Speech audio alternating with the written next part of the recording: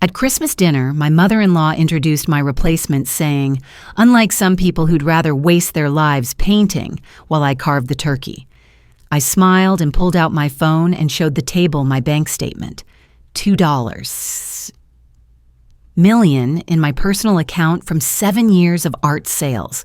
For a moment, I felt that familiar surge of anger that had built up over 7 years of Patricia's passive-aggressive attacks. My first instinct was to throw down the carving knife and storm out like I'd done so many times before in my head. But then something shifted in my mind. My business training kicked in. I realized this wasn't just another family dinner insult. This was Patricia making her move, and I needed to respond strategically. The woman she'd introduced as Emma, my supposed replacement, sat there in a red dress identical to one Patricia had bought me 3 years ago. Emma was clearly a divorce attorney, based on her nervous glances and the way she'd mentioned Henderson and Associates when I asked about her firm.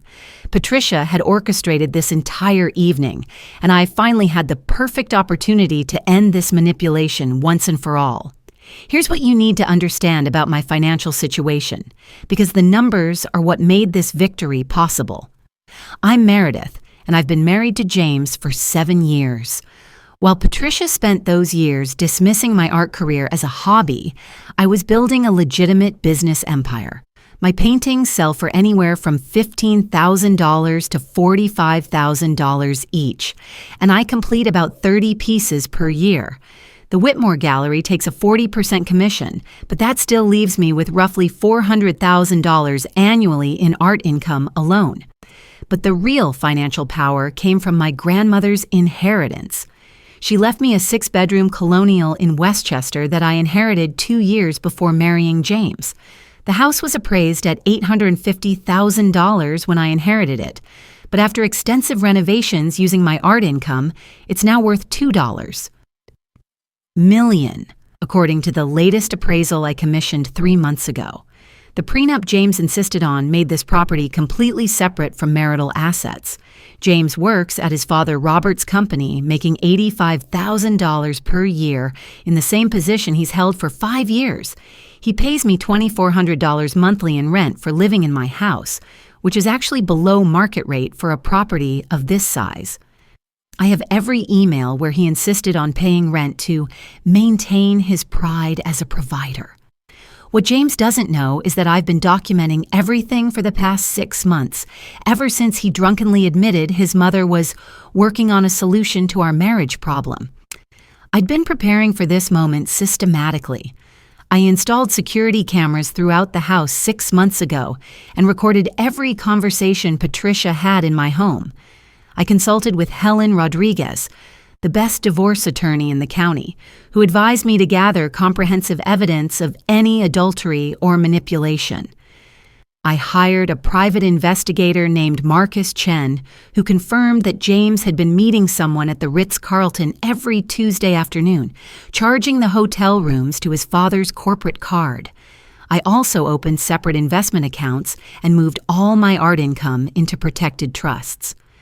My financial advisor, David Park, helped me structure everything so that my assets would be completely shielded in a divorce. The total value of my protected assets reached $3 million, including the house, art collection, investment portfolio, and business equipment. When Patricia made her announcement about Emma being a better match for James, I decided to deploy my strategy. I pulled out my phone and showed the bank statement displaying my current account balance of $2 million. The silence around the table was immediate and complete. "Corporate law must be fascinating, Emma," I said, passing her the cranberry sauce I'd made from scratch. "Which firm did you say you were with?" Emma glanced nervously at Patricia before answering. "Henderson and Associates. I specialize in family law, actually, divorce cases." I smiled, taking a sip of wine. "How convenient. 4 children sounds ambitious, Emma. I hope your prenup accounts for that expense. Children cost about $15,000 per year each, according to recent studies." The table went completely silent. Patricia's perfectly Botoxed face attempted a frown. "Prenup?" Emma's voice wavered. "Oh, did Patricia not mention?" I reached for the green beans. James insisted on an ironclad prenup when we married. In case of divorce, all assets remain separate. The house, the investments, the business holdings, everything stays with whoever brought it to the marriage. I watched Emma mentally recalculate her situation. A corporate lawyer's salary was decent, but not 6-bedroom colonial in Westchester decent. Well, obviously, that would be renegotiated, Patricia said quickly. James has built substantial wealth since then. Has he? I asked innocently. Still working at your husband's company, right? Same position for, what is it now? 5 years? Robert coughed uncomfortably. He'd always known his son was underperforming. The house is mine, I clarified to Emma, who looked increasingly confused. Inherited from my grandmother 2 years before James and I married. The prenup was very specific about premarital property. Emma was clearly recalculating everything. I continued, James pays me rent, actually. Below market rate, of course. His idea. He said it would help him maintain his pride as a provider. I have all the emails where he insisted on it. James reached for the wine bottle, his third refill of the evening. He knew I was telling the truth, and he knew there was more I could reveal. Emma won't be some struggling artist, Patricia rallied. She'll be a true partner in James's success. I'm hardly struggling, I said mildly. Did James not mention? My last exhibition sold out completely. 17 paintings at an average of $38,000 each. The Whitmore Gallery wants to do a retrospective next year. Patricia dismissed this with a wave. One lucky break doesn't make a career. I pulled out my phone and scrolled to my banking app. You're right, that's why I've been careful. 7 years of consistent sales, commissions, and strategic investments. My financial advisor is very pleased with the portfolio performance. I showed Emma the screen displaying my investment account summary. $1 a million in diversified holdings. Money talk at dinner is gauche, Patricia said, though her eyes were trying to glimpse the screen. But introducing my replacement at Christmas dinner is appropriate? I set down my phone. Interesting etiquette rules in this family. Emma pushed back her chair slightly. I think there's been a misunderstanding. Patricia told me that you were leaving, that James and you were separated. What else did she tell you, Emma? The younger woman's face flushed. She said you couldn't have children, that you tricked James into marriage knowing you were barren. I actually laughed. Barren? How medieval. No, Emma. I'm on very effective birth control because I chose not to have children with a man who lets his mother audition my replacements at family dinners. How dare you? Patricia started to stand. Oh, I dare! I cut her off, my calm finally cracking. 7 years of daring, Patricia. 7 years of smiling while you undermined my career, insulted my family, and tried to control my reproductive choices. But introducing my replacement while I'm sitting right here? That's a new low even for you. James finally spoke, his words slurred. You're being hysterical. Mother just invited a friend for dinner. A friend who happens to be a divorce attorney who wants 4 kids. I stood, placing my napkin on the table. Tell me, James, did you know about this? Or are you as spineless as always?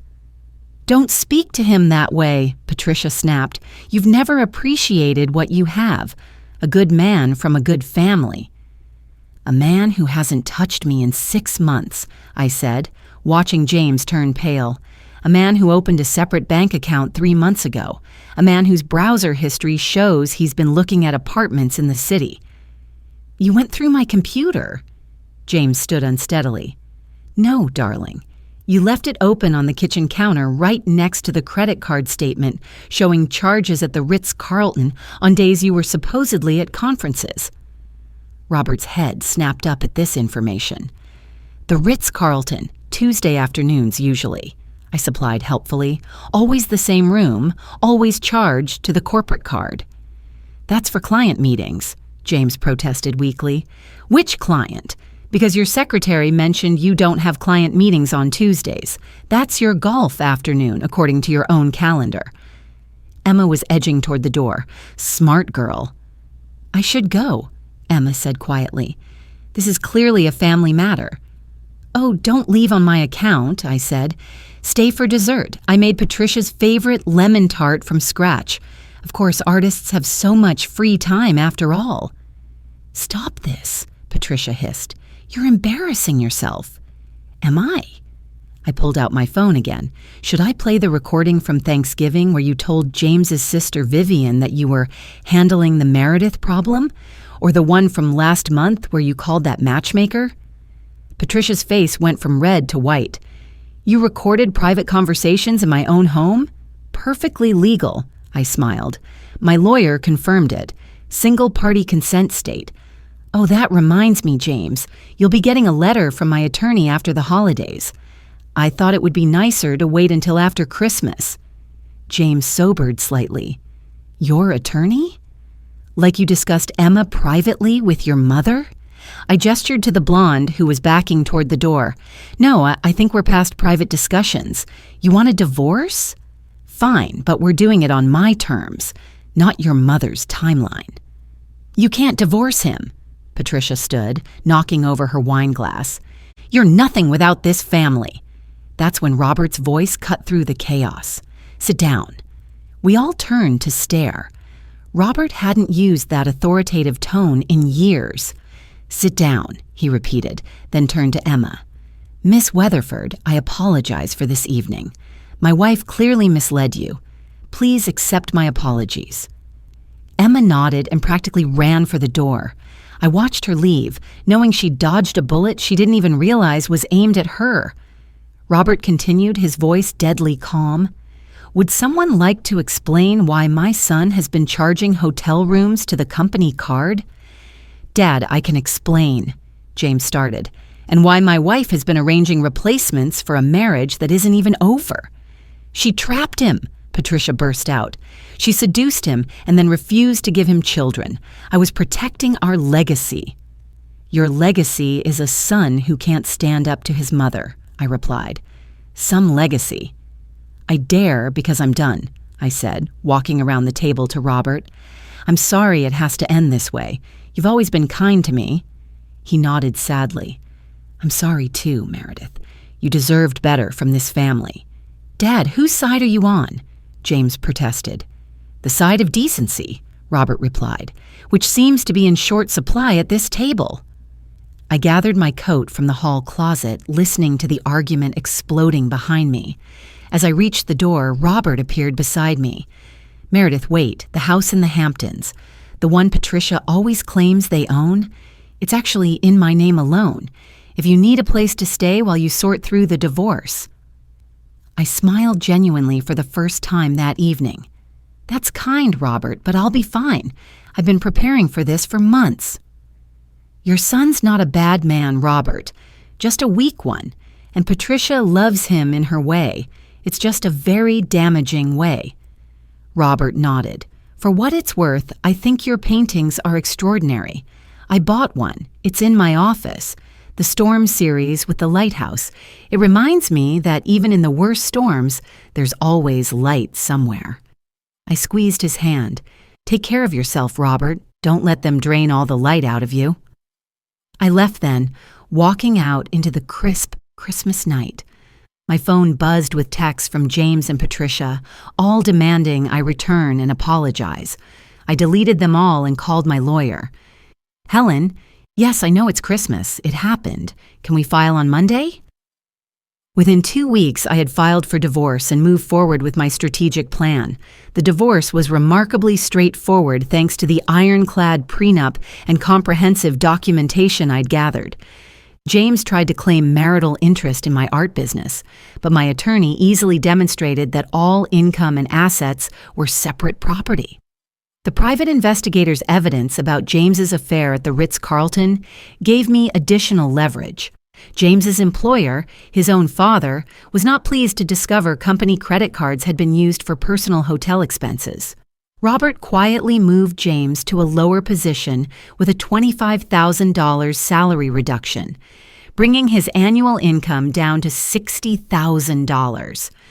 Emma Weatherford, the divorce attorney, apparently declined any further contact with the Morrison family after that Christmas dinner. According to my sources at Henderson & Associates, she told colleagues that the family had serious dysfunction issues that made any professional relationship inadvisable. She also mentioned to a mutual contact that she'd never seen someone so thoroughly prepared for a divorce as I was that night.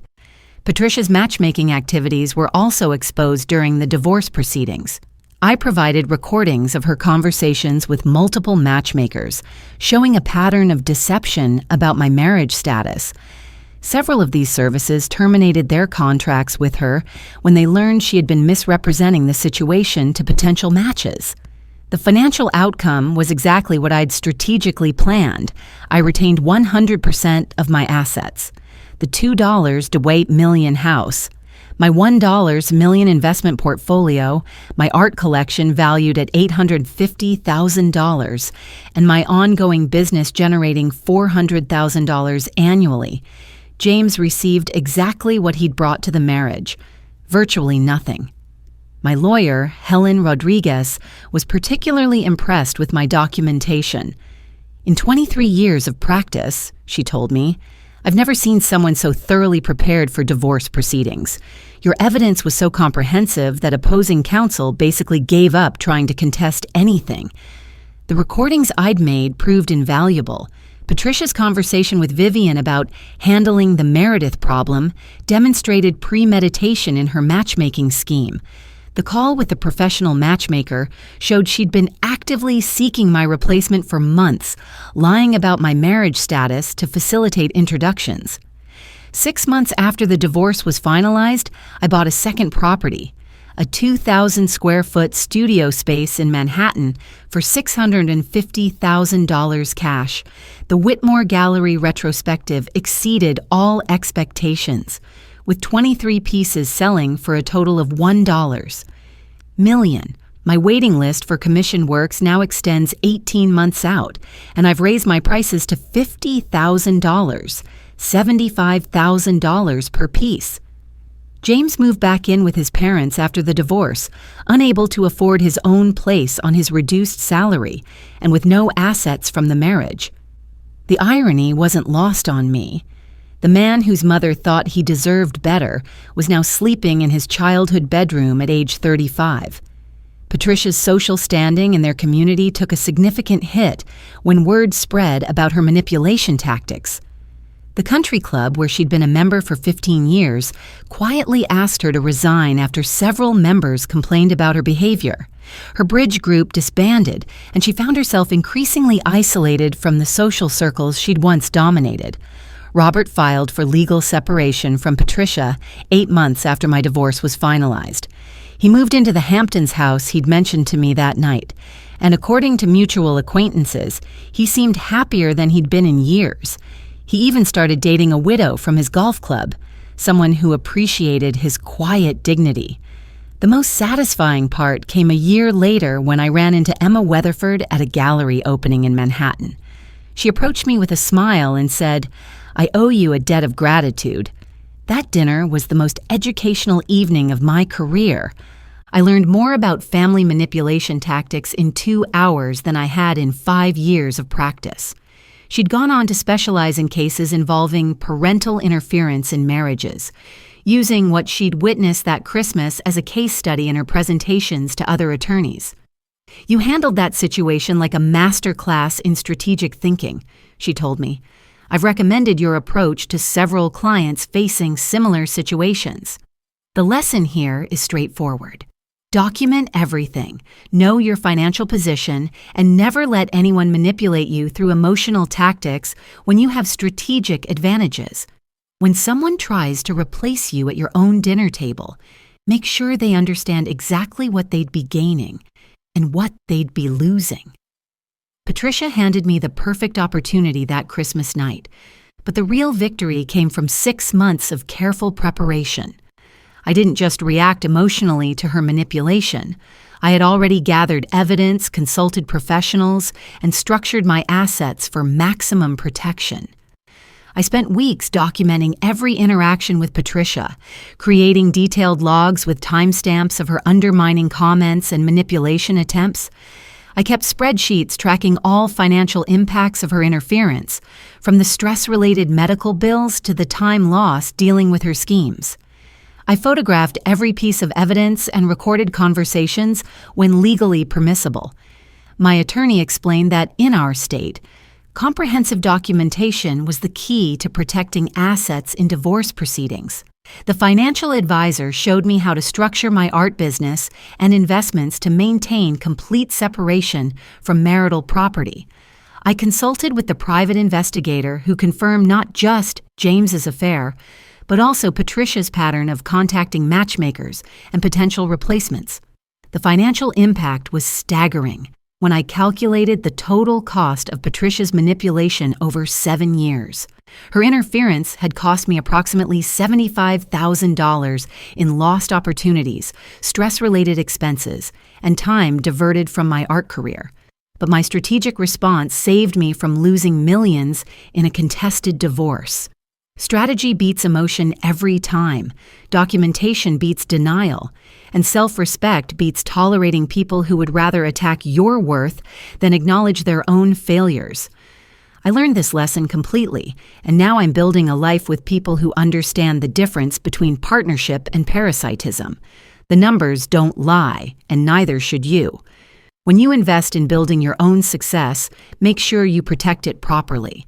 The moment someone tries to replace you in your own life, that's when you know everything you need to know about their character and priorities.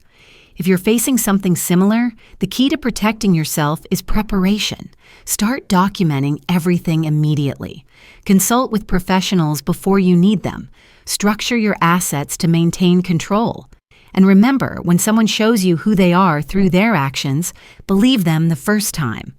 What I learned was that the most powerful response to manipulation isn't anger or confrontation. It's strategic preparation and flawless execution. Patricia thought she was orchestrating my downfall, but she actually handed me the perfect opportunity to demonstrate exactly why underestimating someone is the most expensive mistake you can make.